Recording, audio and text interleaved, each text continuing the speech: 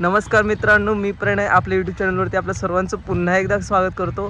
आत्ता मी आहे साताऱ्यामधील बावधान गावामध्ये आणि आलेलो आहे इथे बगाड यात्रा पाहण्यासाठी, जी की माझ्या पाठीमागे चालू आहे, तुम्ही बघू शकता। आणि इथे या साईडला दुर्वीची बैलसुद्धा आहेत जी पळत आहेत। तर आपण बगाड यात्रा आजच्या व्हिडिओमध्ये पूर्ण बघणार आहोत आणि त्याचा आनंदसुद्धा घेणार आहोत। त्याच्या पाठचं इतिहास आणि या सर्व गोष्टींचा पाठचं काय ध्येय आहे हे सर्व मी आजच्या व्हिडिओमध्ये आपल्याला दाखवणार आहे। तर चला व्हिडिओ पूर्ण पाहूया। मित्रांनो, आजच्या व्हिडिओमध्ये मी आपल्याला बगाड यात्रेविषयी संपूर्ण माहिती देणार आहे आणि त्याचबरोबर बगाडामधील दंतकथा हे देखील सांगणार आहे। तर चला मग आपण या भक्तिसागरात विलीन होऊया आणि डोकावून पाहूया बगाडामधील समारोहाला आणि त्यामागील परंपरा आणि श्रद्धेच्या सागराला। मित्रांनो, बगाड ही परंपरा 300 ते 400 वर्ष जुनी आहे आणि अतिशय प्राचीन देखील आहे।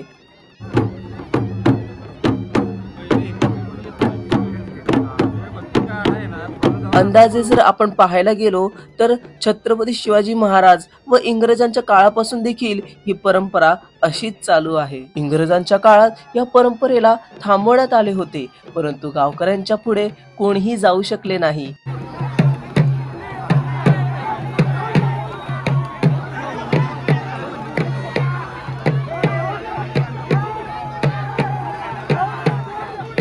मित्रांनो, त्याचबरोबर कोरोनाच्या महामारीमध्ये देखील संपूर्ण देशामध्ये बंदी होती, परंतु त्यावेळी सुद्धा बावधानची बगाड यात्रा ही गनिमी काव्याने पूर्ण करण्यात आली होती। यामुळे ही बगाड कधीही स्थगित झाली नाही।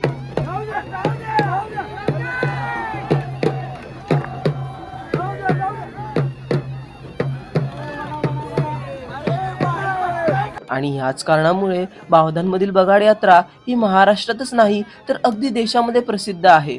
मित्रांनो, या बगाड यात्रेला पाहण्यासाठी अगदी लांबून लांबून लोक येत असतात। मित्रांनो, चला तर मग आता आपण पाहूया की बगाड कशा प्रकारे बनवला जातो। मित्रांनो, बगाड म्हणजे बैल आणि गाड ह्या दोन शब्दांनी मिळून बगाड हा शब्द बनतो। बगाड बनवण्यासाठी लागणाऱ्या लाकडासाठी गावातील दिप्पाड झाडाला तोडून त्यापासून बगाड बनवले जाते। तसेच यात बाब घेण्यासारखी गोष्ट म्हणजे बगाड हे 2 ते 3 टन इतकं असतं आणि ह्याला बनवण्यासाठी एकही खिळ्याचा वापर केला जात नाही। अगदी लाकडाला लाकूड जोडून बगाडाचा रथ बनवला जातो। मित्रांनो, बगाडाच्या रथाची रचना ही कशा प्रकारे आहे चला ती पाहूया। दगडी चाके, चाक्यावरती कणा, कण्यावरती बूट, बुटावरती साठी, साठीवरती वाघ, वाघावरती खांब, खांब्यावरती शीड आणि शिडाच्या शेवटी असतो तो म्हणजे बगाडी। अशा प्रकारे बगाड्याची रचना असते। मित्रांनो, ही झाली बगाड बनवण्याची पद्धत। आता आपण पाहूया बगाड यामागील दंतकथा। मित्रांनो, गावकऱ्यांप्रमाणे ज्या वेळेला भैरवनाथाचे रत्नासूर नावाच्या राक्षसाबरोबर युद्ध झाले होते आणि त्या युद्धात रत्नासुराने आपली अंतिम इच्छा देवाकडे व्यक्त केली होती, त्यावेळेला देवाने त्याची अंतिम इच्छा ही पूर्ण केली होती। रत्नासुराची अंतिम इच्छा ही होती, देवा, कलियुगात माझ्या नावाचा झेंडा हा फडकला पाहिजे। या दंतकथेचा उल्लेख आपल्याला काशी खंडात पाहायला भेटतो। ही बगाड यात्रा सर्वात प्रथम भैरवनाथांनी सुरू केली होती आणि मग पिढ्यानपिढ्या या यात्रेला भाविकांद्वारे अगदी उत्साहाने साजरी करण्यात येते।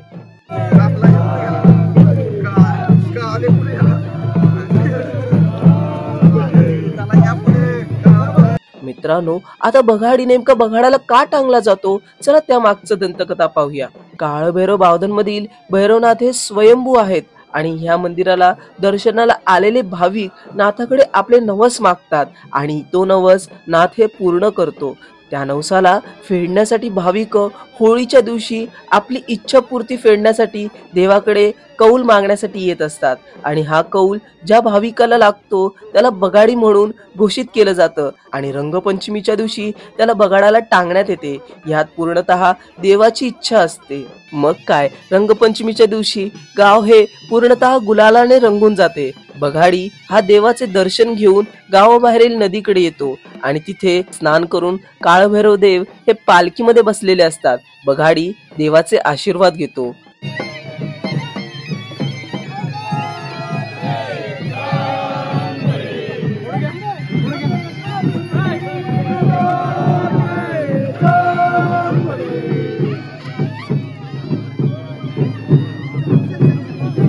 मित्रांनो, यानंतर बगाडी हा आपले नवस फेडण्यासाठी तयार होतो आणि त्याला बगाड्याला शिडाच्या शेवटी टांगण्यात येते. मित्रांनो, हाच तो क्षण आहे, अगदी थरारक असतो.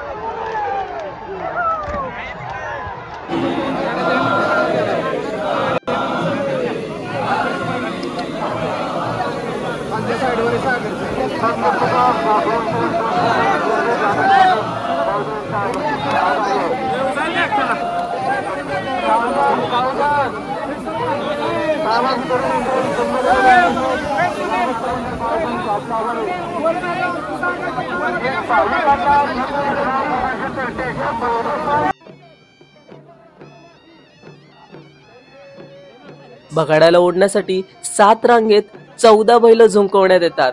ही बैल अतिशय धिप्पाट दुर्वीची बैल असतात. यामध्ये गावकरी प्रत्येकाच्या घरात दुर्वीची बैल असतात, ती बैल झुंकवण्यासाठी आणत असतात.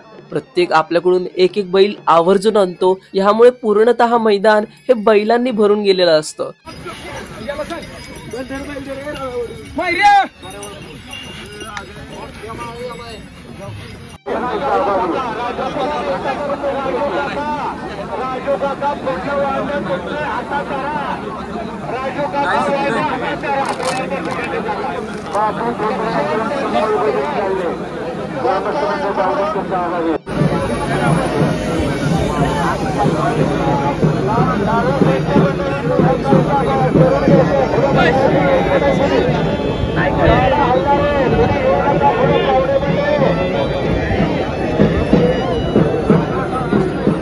आशा नंदकुमार मोरे यांच्याकडून 1,100 रुपयाची माळ रस्ता खालून केली आहे.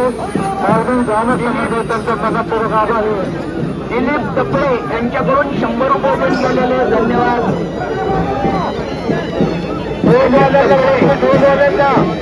दोन सावधानतेने पगारापासून लांब होतात. बैल ही अतिशय धिप्पाट आणि अतिशय वेगवान असल्या कारणामुळे यावेळेला आपलं लक्ष चारी बाजूला असणं हे फार गरजेचं. कारण कोणती बैल कधी सुटेल आणि कधी कुठे धावून येईल हे सांगता येत नाही. परंतु पूर्ण गावकरी यामागे दक्षता घेत असतात आणि त्याचबरोबर अनाउन्समेंट, पोलिसांची तळफळ देखील त्यावेळेला चालूच असते. गावकऱ्यांमध्ये श्रद्धा आणि भक्ती त्यावेळेला आपल्या चरमसीमेवरती असते.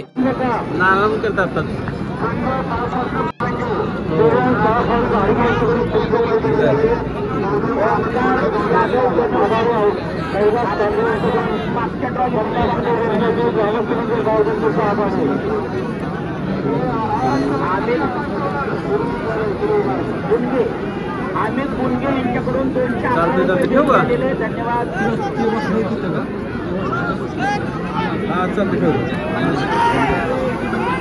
आधीच माहिती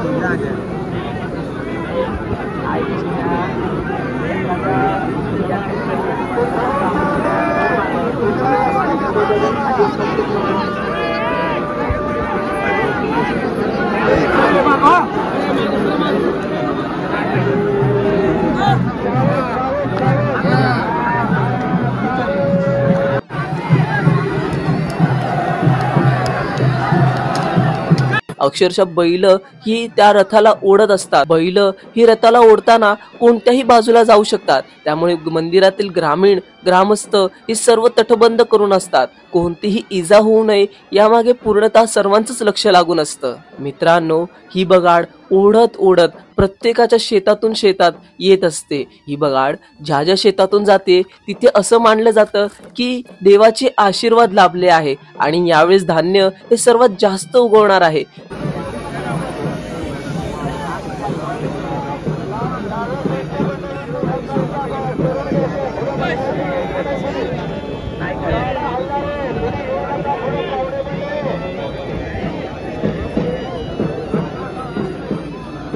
नंदकुमार मोरे यांच्याकडून 1,100 रुपयांची फार असा कार्यक्रम केले आहे. मावळी ग्रामसमिती त्यांचा मनपूर्वक आभार आहे. दिलीप टपळे यांच्याकडून 100 रुपये देण्यात आलेले. धन्यवाद.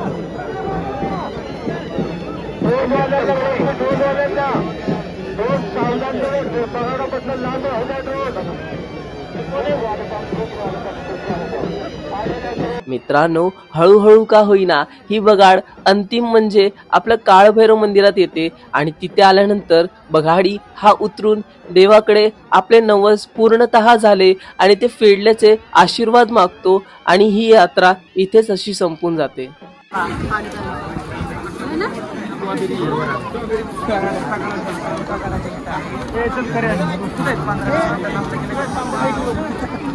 मित्रांनो, आता मी आपल्याला गावाच्या बाहेर असलेलं मुख्यतः काळभैरव देवाच्या मंदिरात घेऊन आलेलो आहे, जे अतिशय प्राचीन आहे. त्याचबरोबर या मंदिरामध्ये आई सुंदराई देवीचं मंदिर आणि काळभैरव देवाची सुद्धा मूर्ती आहे. त्याचबरोबर त्याच्या बाजूला ज्योतिबाच्या नावाने चांग भलं ज्योतिबा देवाचं सुद्धा मंदिर आहे. याचबरोबर या मंदिरामध्ये इतर देवी देवता सुद्धा आहेत.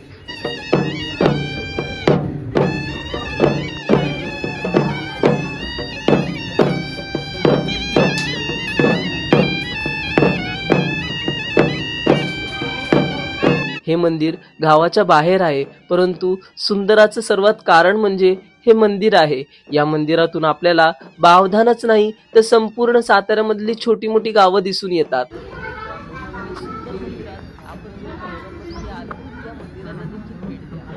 तर मित्रांनो, अखेर आपण व्हिडिओच्या अंतिम टप्प्यावरती येऊन पोहोचलेलो आहोत.